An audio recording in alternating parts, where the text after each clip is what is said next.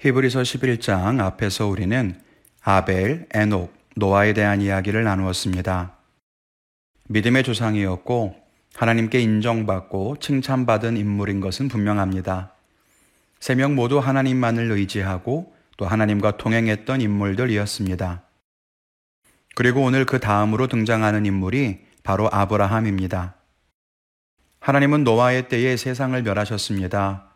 그리고 그의 후손인 아브라함의 때에 다시 온 인류를 구원하시기 위한 계획을 시작하십니다.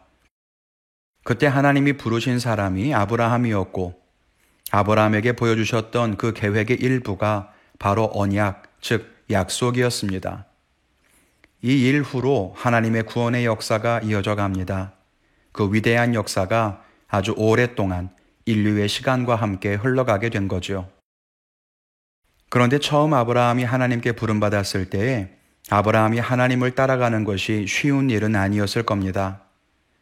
익숙한 환경을 떠나야 했고 가족들을 떠나야 했고 풍요로운 문명 생활을 떠나야만 했기 때문이죠. 그런데 아브라함은 하나님을 믿고 그 먼 길을 떠납니다. 그리고 아들을 낳고 그 아들이 아들을 낳고 그렇게 하나님의 약속은 점차 확대되어 가지요. 오늘 함께 몇 가지 생각해 보면서 은혜를 나누기를 원합니다. 그 첫째는 보지 못해서 가지 못하는 것은 아니라는 겁니다. 사람에게 있어서 본다는 것은 참 중요한 일입니다. 한 연구에 따르면 사람이 외부의 정보를 받아들일 때 시각, 즉 보이는 것으로 얻는 정보가 전체 정보의 80%까지 차지한다고 합니다. 그러므로 보지 못하면 우리는 80%를 이해하지 못하고 20%만 보면서 움직여야 한다는 거죠. 여기 이 화면의 전체를 다 보는 것과 20%만 보는 것은 확연한 차이가 있습니다. 그러니 보지 못하는 건 답답한 일일 수 있지요. 백문이 불여일견이라고 하지요. 100번 듣는 것이 한 번 보는 것만 같지 않다는 말인데 신앙생활도 마찬가지입니다. 신앙생활을 하다 보면 보이지 않아 답답할 때가 많습니다. 지금까지 히브리서 기자도 이 부분에 대해서 강조한 거죠. 보이지 않지만 믿음으로 걸어갔던 많은 신앙의 선조들이 있다는 것입니다. 왜요? 왜 그것을 강조했을까요? 그만큼 신앙생활은 보이지 않는 길을 걸어가는 것이기 때문입니다. 그러면서 오늘도 아브라함의 예를 들고 있어요. 8절에 보면 아브라함이 부르심을 받았을 때에 순종하여 나아갔다고 합니다. 그런데 아브라함의 순종에는 두 가지 특징이 있습니다. 하나는 순종함으로써 바로 복을 받은 것이 아니라 그 복은 장래의 유업으로 받을 땅이라는 것입니다.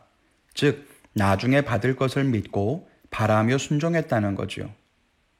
그리고 다른 하나는 어디로 가야 하는지를 알지 못하고 나아갔다는 것입니다. 어디로 가는지 알 수 없었습니다. 지금 여기로 가면 다음에는 어디로 갈 것인지 예측할 수도 없었습니다. 그냥 하루하루, 오늘은 여기로, 내일은 저기로 그렇게 걸어가는 것입니다.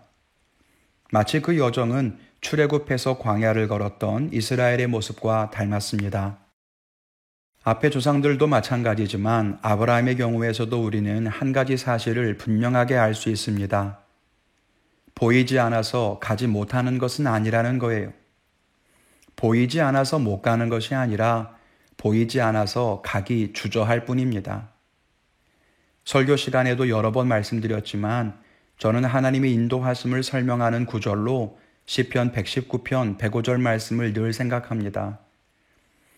주의 말씀은 내 발의 등이요 내 길의 빛이니이다 라는 이 말씀을 보면 하나님의 인도하심은 멀리까지 다 보여주시는 것이 아니라 지금 걷고 있는 이 걸음을 인도하시는 것 같습니다.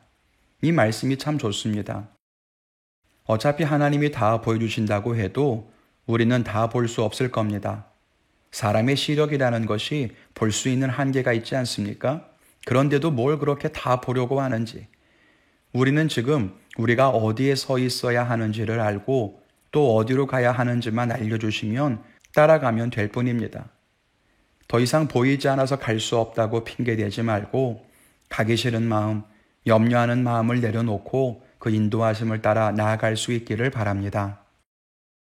아브라함에게서 생각해 볼 두 번째는 조금 더 말이 안 될 수도 있는데요. 그것은 보지 못하는 것도 영광일 수 있다는 것입니다. 오늘 말씀의 9절에 보면 아브라함과 그의 자손들은 약속의 땅에 살고 있었지만 마치 이방의 땅에 살고 있는 것 같다고 합니다. 왜요? 가나안에 살고는 있었지만 아직 그곳에 하나님의 약속이 완성된 것은 아니었기 때문입니다. 그러니 그곳이 이방의 땅처럼 느껴지는 거죠. 그리고 이어서 말하기를 10절에 아브라함은 하나님이 계획하시고 지으실 터가 있는 성을 바랐다고 합니다. 나중에 그렇게 이루어질 것을 꿈꿨다는 거예요. 그리고 13절이 하이라이트인데 말씀하시기를 아브라함과 그의 자손들은 다 믿음을 따라 죽었으며 약속을 받지 못했다고 합니다. 다만 그 약속을 멀리서 보고 환영할 뿐이었다고 합니다. 아브라함은 결국 하나님이 어떤 나라를 세울지 보지 못했습니다. 그의 자손들도 번성했지만 하나님의 나라를 보지는 못했습니다. 그의 후손의 후손의 후손들이 결국 출애굽해서 가나안에 들어왔지만 그들도 하나님의 영광의 나라를 보지는 못했습니다. 그 약속이 이루어지는 것을 보지 못했으니 그러면 의미 없는 삶이었겠습니까? 그렇지 않다는 거예요. 그들이 그 약속을 바라보며 살았기 때문에 그의 후손들이 약속을 이어받을 수 있었습니다. 보지 못하는 삶을 살았지만 그들은 분명 언약의 상속자로서 하나님의 약속을 이어갔습니다. 그것은 영광스러운 일이었고 하나님께 부름받은 소명대로 살았던 삶이었던 거죠. 우리는 내가 손에 쥐어야만 하나님의 복을 받았다고 생각합니다. 그러나 그렇지 않습니다. 우리가 오늘 믿음으로 사는 것이 지금 당장 내게 복이 될 수도 있지만 나중에 언젠가 내게 복이 될 수도 있고요. 또 나는 그 복을 보지 못하지만 후손들에게 복이 될 수도 있을 겁니다. 그러나 중요한 것은 보이지 않는 것을 꿈꾸고 그것을 향해 걸어가는 믿음을 포기해서는 아무 일도 일어나지 않는다는 것입니다. 그러므로 보지 못하는 것이 영광이 되지 않는 것이 아니라 보지 못한다고 해서 포기하면 그것이 영광이 되지 않는다는 것을 우리는 분명히 알아야 합니다. 오늘도 우리는 보이지 않는 길을 걸어갑니다. 그러나 믿음으로 이 길을 걸어가 하나님의 약속을 복으로 누리는 우리 믿음의 성도님들 다 되시기를 주님의 이름으로 축원을 드립니다.